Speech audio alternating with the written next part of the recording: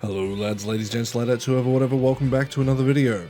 A short while ago, a good friend of mine by the name of PixelShaun did a video on One Piece Odyssey. My best friend, he's my pal. He's my homeboy, my rotten soldier. He's my sweet cheese, my good time boy. Although I did contemplate making a video about that game myself, I thought it'd be more interesting to go back in time to the early One Piece games released in the West. I did this mainly because I can't really read Japanese all that well. I am trying, but I don't have that Duolingo sponsorship. Even though the first One Piece game, Become the Pirate King, released in the year 2000 for the Wonder Swan, it would take 5 more years for the series as a whole to be released outside of Japan, with the first releases being One Piece for the Game Boy Advance and One Piece Grand Battle for the GameCube and PlayStation 2. Roughly around a year later, we would also get One Piece A Grand Adventure. We'll be talking about all 3 of these games today, so sit back, relax, and enjoy.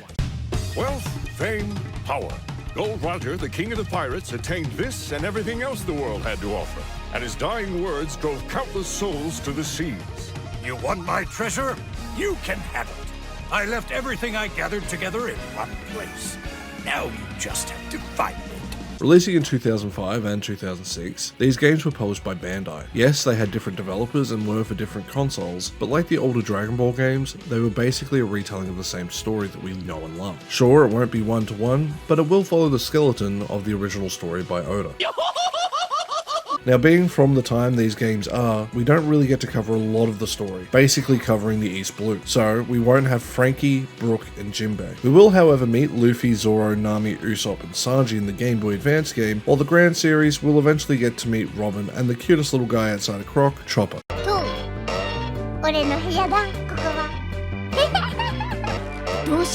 Grand Battle lets us get all the way to the Arabasta arc, while Grand Adventure lets us get to Skypiea. So, in the interest of time, I'm actually going to forego any of the story recaps or any review to do with the story, especially because I think you're better off either watching the anime or reading the manga, or even at least the Netflix live action, which I did enjoy. We are the Straw Hat Crew. Other than the obvious story and characters, a common thread these games share is the general idea of them all being beat-em-ups. So let's start with the Game Boy Advance game, One Piece. Now I do apologise, this is where it's going to be a little bit confusing. Obviously the game is called One Piece, the source material is called One Piece. You'll also notice that they use the 4Kids naming convention. All 3 games do this. So if you're like me and used to the Funimation dub, things will be a little bit different from what I say in person versus what you'll see on screen. As an example, Logtown is Roguetown, Smoker is Chaser, Zoro is Zolo. Why they changed that, I don't know. Like most games of its genre, One Piece has a relatively simple gameplay loop, consisting mainly of button mashing with the odd combination to make certain moves come out. Beyond beating up enemies, Luffy will need to platform his way through levels. What helps separate One Piece from most of its contemporaries is the fact we can summon other members of the crew to help out in fights. On paper this is a great system, however it's not without its caveats. Firstly, we need to progress the story in order to unlock them, no problem. However, in order to use them, we will need to find them in each level to be able to activate their abilities. It's not something I would say is overly annoying because it does encourage you to explore and find more things, and since this game has a lot of collectibles, that's great, but it can be a little bit frustrating when you just want to be able to play the game and not have to do all the busy work. It's not to say it doesn't have a reward, however. I did mention the fact that obviously we need to find collectibles, but if you have certain members of the crew with you, while running into certain characters from the story, they may have a special interaction, and it's pretty cool. Now, One Piece has a pretty decent variety of enemies along with its several boss fights, all of which correspond to what the Straw Hats will deal with on their trip through the East Blue, on their way to the Grand Line. Although, the game isn't what I'd say is perfectly balanced. For the most part, you're not going to have anything too crazy that it's impossible, but do understand you will probably die and fail a fair bit. To be honest, it's not even the combat that's going to kill you. Some of the platforming can be a little bit finicky, and there are some moments where hitboxes can be a little bit wonky. What makes this game super addictive, at least to me, is the fact we get to raise our bounty as we go through each level. It's a pretty simple system where each enemy is worth a certain amount of points, and those points go to your bounty. It's super addictive to see those numbers go up. The game also includes a ton of collectibles. These collectibles, if you miss them, give you a reason to replay the level, and also increase your bounty, thus making a very addictive loop that you will just go through again and again. This is really smart game design. Beyond all this though, the game outside of its source material isn't anything I would say is exceptional. It's not amazing or groundbreaking, nor is it bad or offensive in any way. If anything is to be considered bad, I would say it's the changes 4Kids made when it came to the naming.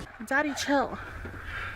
What the hell is even that? Otherwise, the overall presentation is something I would say is better than average. With everyone being distinct with their visual design, the sprites are nice, the game's very colourful, everyone looks how they should, the animations are very solid, and Luffy has wonderful animation work. However, sadly, it doesn't really blow my mind. It's there. It's good, but it's not incredible. It did, however, lay a good foundation for a potential sequel. Unfortunately, we didn't get one, but as a one-off game, I definitely think this is a game worth playing. So with that said, let's move on to talking about Grand Battle and Grand Adventure. With these games coming out in 05 and 06 for the PS2 and GameCube, we get to see Luffy and the crew in 3D for the first time, at least in the West, just to reiterate. Both games are pretty similar in their overall design, which is why I'll talk about them at the same time. Both being 3D arena fighters, something in the vein of Power Stone, the Grand games definitely have a unique feel and flow to the movement and combat. The move to the 6th generation consoles instead of being more handheld games meant the games themselves got to be a lot more complex, not just with their visuals, sound, and general design, but also the core gameplay. It's not to say the Game Boy Advance game is bad, however. I think it's pretty solid. It's just worth noting that if you're not used to how the Game Boy Advance would do things with its limited amount of buttons, you might run into some trouble playing the game compared to that of playing on a normal controller. In saying this, however, it's important to note the Grand games have a source of frustration that the Game Boy Advance games didn't,